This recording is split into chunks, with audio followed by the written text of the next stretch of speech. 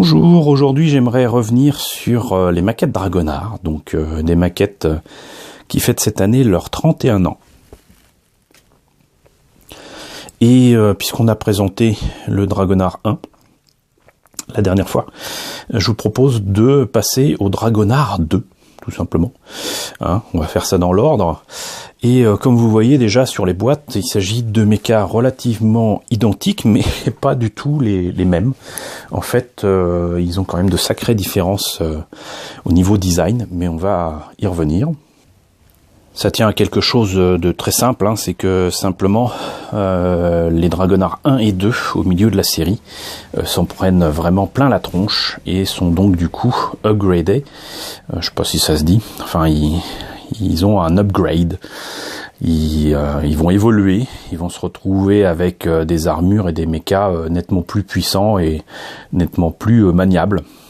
Et donc du coup leur forme va être largement changée, alors que le Dragonard 3 lui va rester sensiblement identique. Donc Dragonard 2, il est piloté par un Black. C'est pas souvent qu'on voit ça dans les séries japonaises. Le héros principal est visiblement d'origine japonaise. Il a une grand-mère japonaise, il le dit souvent.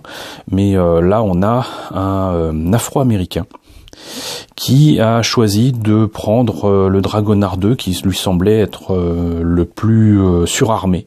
Et comme vous le voyez ici, donc il a à la fois des Gatling qu'il peut utiliser au niveau des bras, hein, double Gatling même, et des canons sur le dos. Voilà, parce qu'au départ, les mechas vont évoluer au cours de la série, mais les mechas au départ sont faits apparemment pour être utilisés, certes dans l'espace, mais non pas autre chose que ces armes-là à disposition. Donc, je vais peut-être faire ça dans l'ordre, bougez pas. Donc le Dragonard 2, vous voyez que la boîte est pas bien grande, c'est le deuxième de la série, ça on s'en serait douté. Il est au 144 celui-ci, il n'existe pas au 100e, il n'y a que le Dragonard 1 Custom qui a été proposé par Bandai au 100e, et ce kit, donc je l'avais dit, mais date de 1987, mais c'est réédition parce que je n'ai pas acheté toutes les maquettes en 87-89, mais cette maquette avait été rééditée, il me semble, dans les années 2000, et je m'étais précipité dessus parce que j'avais pas tout, et puis je voulais avoir toutes ces belles maquettes qui me faisaient rêver quand j'étais plus jeune, et que j'étais à peine majeur. Et donc c'était vendu 500 yens, donc ça fait à peu près 5 €, un peu moins. Et là vous voyez le modèle monté peint avec les armes. Je ne sais pas s'il balance des boulettes comme le Dragonard 1. Je vais redécouvrir ça avec vous. En tout cas, monté et peint, voilà ce que ça donne. On est très très proche quand même des designs à l'ancienne, typiques des années 80 en fait, hein. Mais les maquettes avaient beaucoup évolué. On va voir ce que ça donne à l'intérieur. Alors j'ai déjà dit dans les précédentes vidéos, mais j'adore les illustrations qu'il y a sur les boîtes, et c'est d'un certain Ryuko Maso, avec un nom de famille qui me semble français, mais c'est surtout qu'il y a aussi une double illustration, c'est-à-dire qu'il y a d'autres illustrations que celle de la boîte sur la notice, et c'est absolument superbe aussi. Il est quand même nécessaire de le préciser, avec plein de mecha design, avec l'intérieur du backpack, comment sont faits les canons, etc. Alors c'est des détails qu'on ne voit absolument pas évidemment dans la maquette, avec des trucs supplémentaires comme ici des lance-missiles, mais c'est toujours beau à voir. Là il y a à l'intérieur du cockpit le backpack qui peut transporter visiblement ses munitions, et avoir un backpack différent qui fait plutôt DCA. Et la particularité des senseurs, pas des caméras, mais vous voyez donc tout ce qui sert à voir ce qui se passe dans le coin. Et tout ça est en japonais malheureusement, mais donc on en apprend beaucoup plus sur le mecha. Maquette à l'ancienne, je ne préciserai jamais assez.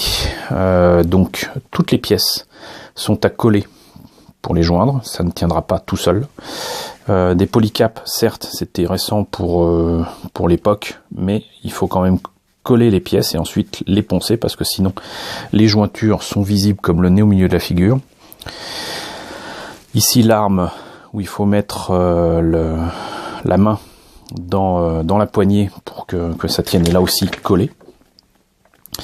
Ici, donc une pièce d'armure qui va se loger sur la jambe, c'est les débuts des inner frames, ça aussi je l'avais déjà dit. Et là donc le backpack avec les canons. Et même d'autres petites armes ici, c'est peut-être des mitrailleuses, je ne sais plus. J'ai la série, mais je l'ai vue il y a de nombreuses années. Et là pareil, en fait, de nouvelles mains pour tenir certainement les Gatling de devant. Et donc voilà. Alors donc, apparemment, effectivement, il y a un système pour balancer des billes. Ce qui est dommage parce que du coup, il doit y avoir en fait 2 extrémités. Si vous voulez balancer les billes, faut voir ces trucs-là. Si vous voulez faire une Gatling, une maquette avec des Gatling, bah, vous avez peut-être certainement ce truc-là, et donc vous mettez les petites billes dedans. Voilà. Bon, ça date quand même de 87. Ils ont fait un peu joujou. Et d'ailleurs, vous voyez, la taille des billes, c'est quand même un peu supérieur, malheureusement, à ce qu'on a dans les lance-boulettes qu'on peut trouver sur les marchés et autres. Mais sinon, donc voilà, les armes qu'on ne retrouvera pas a priori dans les modèles suivants. Donc, voilà ce que ça donne. Vous avez, tout comme pour le Dragonard 1, des autocollants, des débuts des autocollants, mais ils sont mat, ça rend pas mal. Peut-être à part pour la visière, mais voilà. Et je suis désolé, j'ai pas enlevé les sachets parce que j'ai peur de perdre les pièces. Et j'ai vraiment du mal à les remplacer. Mais vous voyez que c'est vraiment à l'ancienne, c'est-à-dire que le buste n'est absolument pas articulé. On peut pas imaginer de faire tourner le buste sans les jupes. Et donc forcément, si on articule les bras, les jambes ou quoi, ça risque sinon de casser, sinon d'abîmer la peinture. Et même la tête, vous voyez, c'est en 2 morceaux. Et donc pour poncer le fameux senseur là, moi je pense que je vais virer ça et mettre un truc transparent à la place. Mais trouver ce qu'il faut, ça sera pas si évident. Donc voilà ce que ça donne avec des pièces que a priori et logiquement on devrait trouver dans la maquette suivante. Parce qu'en fait, ce Dragonard a une évolution. Donc vous avez cette boîte là, mais vous avez aussi cette boîte-là avec une magnifique illustration où donc le Dragonard 2, arrivé sur Terre, doit trouver le moyen d'aller un peu rapidement et autrement qu'à pied. Et comme vous le voyez, là il échappe à une explosion meurtrière et il a troqué sa Gatling contre un lifter, donc le lifter 2, qui est adapté à ses besoins avec de gros, j'allais dire réacteurs, mais enfin vous voyez ce que je veux dire, ça fait un peu gros porteur. Et avec des lance-missiles. Et voilà. Donc le Dragonard 2, avec le Lifter 2, je pense qu'il n'est pas utile que je développe plus outre mesure, mais on va quand même montrer ce que ça donne une fois monté peint, si Monsieur Focus veut bien m'aider. Voilà. Voilà. Avec donc les ailes qui sont articulées. Et c'était quand même 500 yens, c'est-à-dire exactement le même prix. Voilà. Simplement, il lance pas des boulettes. Alors, qu'est-ce que ça donne à l'intérieur? Exactement la même chose. Pardon. Si ce n'est que vous avez cette grappe-là ajoutée pour faire le lifter et pas du tout le lance-boulette. Hein, on peut pas faire bobo à Nicky Larson.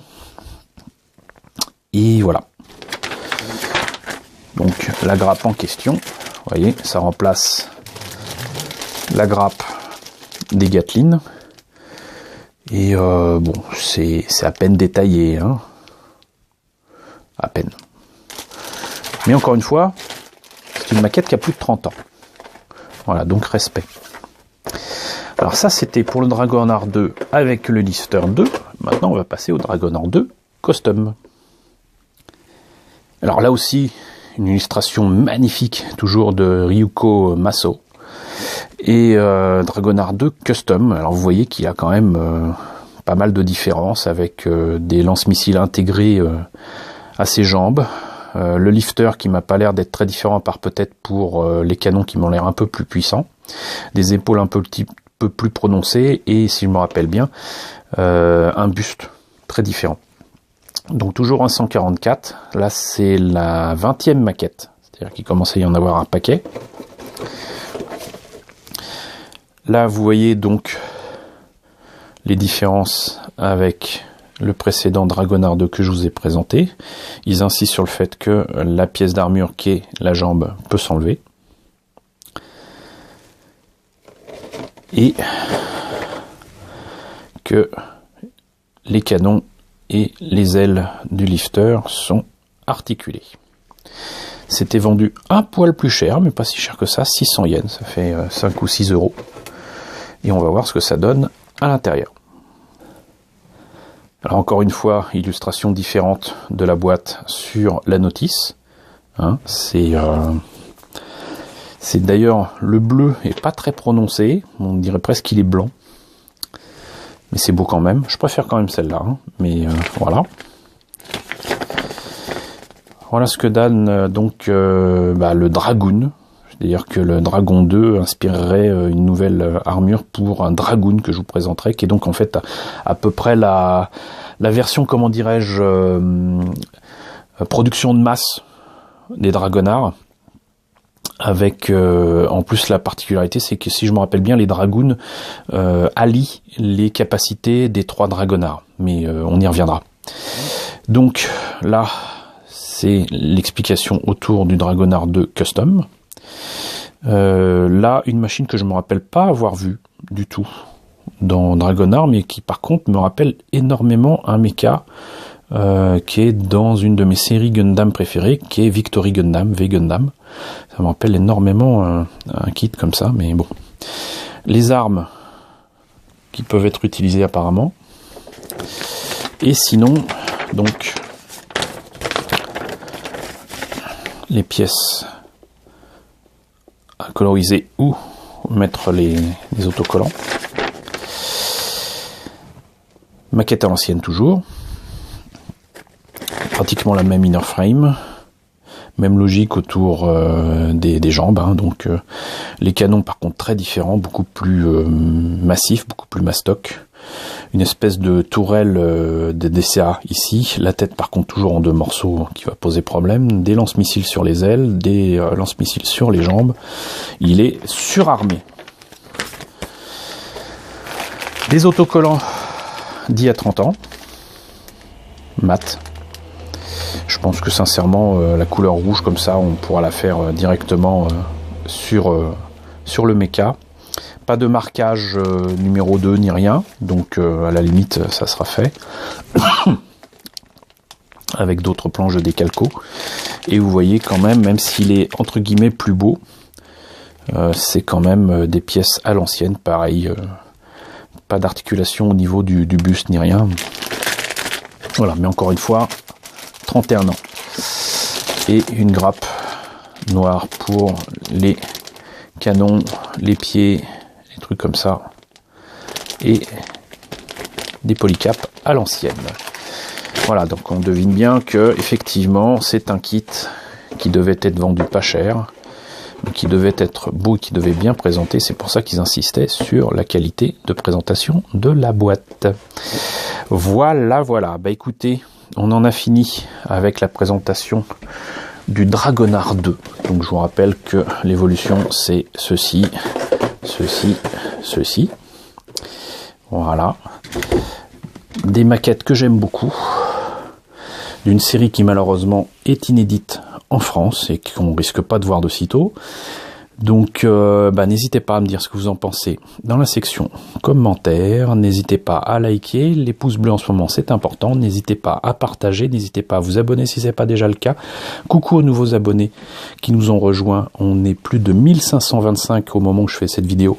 C'est cool. Coucou aux grands anciens qui continuent à me suivre. Merci à tous de votre fidélité. Je vous retrouve très bientôt parce qu'on n'en a pas terminé avec d'autres maquettes Dragonard.